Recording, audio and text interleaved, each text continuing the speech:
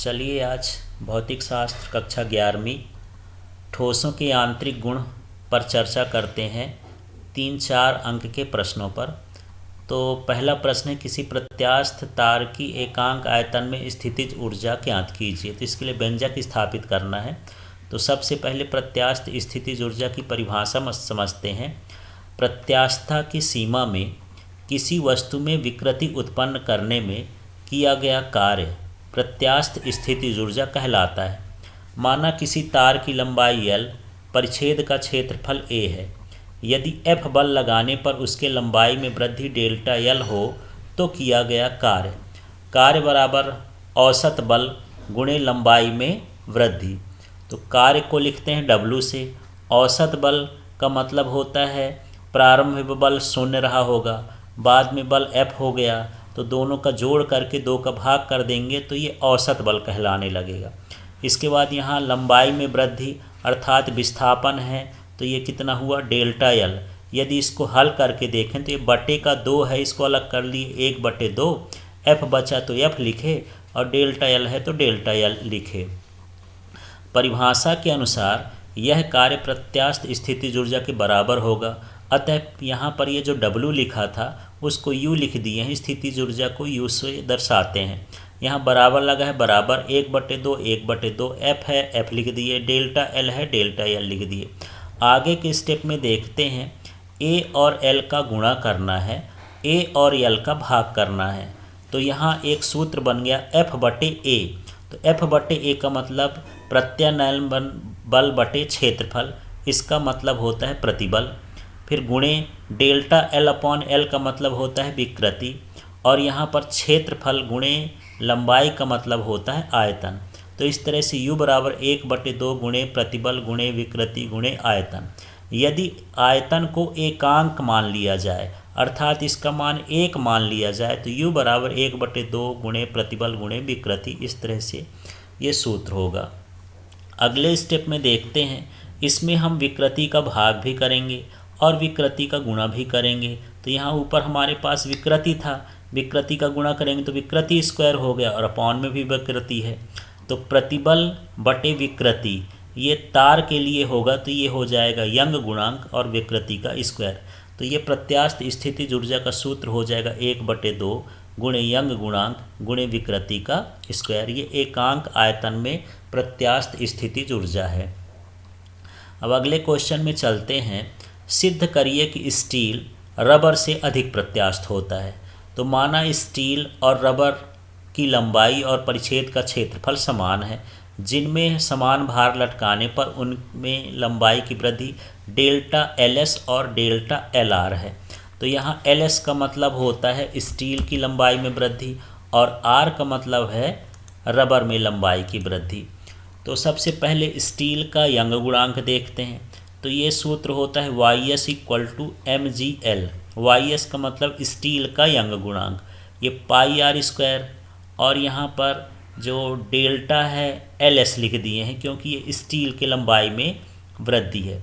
अब रबर का यंग गुणांक करते हैं तो यही पूरा लिखा है, केवल यहाँ Y के साथ R लिख दिए तो रबर का हो गया।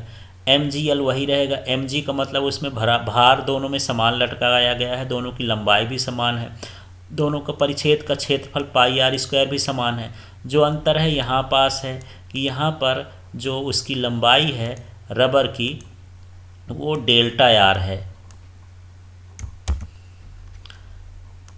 अब हम क्या करते हैं, ये समीकरण 1 में समीकरण 2 का भाग कर देते हैं, या कह सकते हैं YS/YR लिख दिए। तो YS/YR लिखेंगे तो ये पूरा जो YS का मान है ये लिख दिए, ये ऊपर ये YS का मान हो गया और ये वाला YR का मान हो गया।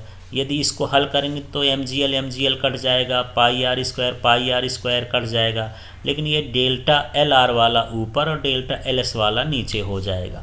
यहाँ पर हम देख रहे हैं कि ये जो स्टील का यंग प्रत्यास्था गुणांक है वो अपने लंबाई में वृद्धि के व्युत्क्रमानुपाती है। तो हमको पता है कि स्टील की लंबाई में वृद्धि कम होगी रबर की तुलना में। ये लिखा है डेल्टा LS अर्थात स्टील की लंबाई, स्टील के तार की लंबाई में वृद्धि रबर के तार की लंबाई में वृद्धि से कम होगी। सामान्य बात है, एक स्टील की तार खींचेंगे, एक रबर खींचेंगे तो रबर ज़्यादा खींचेगी। तो ये रबर की लंबाई ज़्यादा है और स्टील की लंबाई कम है। तो यहाँ पर यदि स्टील की लंबाई कम होगी स्टील के तार की, तो ये यंग गुणांक YS का अधिक होगा। तो जिसका यंग गुणांक अधिक होगा वही अधिक प्रत्यास्थ होगा। स्पष्ट है, स्टील रबर से अधिक प्रत्यास्थ होता है। अब ये हम 12वें नंबर के क्वेश्चन में आते हैं। स्टील की तार के लिए प्रतिबल और विकृति के बीच ग्राफ खींचकर वर्णन करिए। तो सबसे पहले ये हम ग्राफ बनाते हैं। ये जो लाइन है Y अक्ष की ओर जाती है ये प्रतिबल है, और ये जो X अक्ष की ओर जाती है ये विकृति है। तो चलिए इसमें अलग अलग क्षेत्रों की बात करते हैं। सबसे पहले OA की बात करते हैं। तो ये सीधी रेखा है, तो जो OA क्षेत्र है ये हुक के नियम का पालन करता है। यदि हम तार से भार हटा लें तो वह पुनः प्रारंभिक स्थिति में वापस भी आ जाता है। तो यह प्रत्यास्थता की सीमा का भी पालन करता है। तो इसमें दो चीज़ें हैं, जो OA है वो प्रत्यास्थता की सीमा को भी बताता है और हुक के नियम को पालन भी करता है। लेकिन इसके जो अंतिम बिंदु है उस अंतिम प्रतिबल को बोलते हैं अनुपातिक सीमा। जहाँ पर प्रत्यास्थता भी है और हुक के नियम का पालन भी होता है इसे कहते हैं अनुपातिक सीमा। अब हम आते हैं AB क्षेत्र में। तो AB क्षेत्र में थोड़ा सा हम उसमें और भार लटकाते हैं तो इसमें प्रत्यास्थता का गुण तो होता है, लेकिन ये हुक के नियम का पालन नहीं करता है, क्योंकि ये सरल रेखा ग्राफ हमको प्राप्त नहीं होता है। तो ये जो B है ये प्रत्यास्थता की सीमा का बिंदु है। फिर से रिपीट करते हैं, जो A है वो अनुपातिक सीमा है क्योंकि हुक के नियम का पालन करता है, और जो B है वो प्रत्यास्थता का गुण यहाँ तक आता है, इसलिए B पॉइंट को हम क्या बोलते हैं, प्रत्यास्थता की सीमा। तो जो OA क्षेत्र कहलाया हुक के नियम का पालन करेगा और ये प्रत्यास्थता की सीमा को भी दर्शाएगा। बिंदु A को अनुपातिक सीमा कहेंगे। अब पुनः आ जाते हैं AB में। तो ये हुक के नियम का पालन नहीं करेगा, प्रत्यास्थता का गुण होगा, और B बिंदु को बोलेंगे प्रत्यास्थता की सीमा।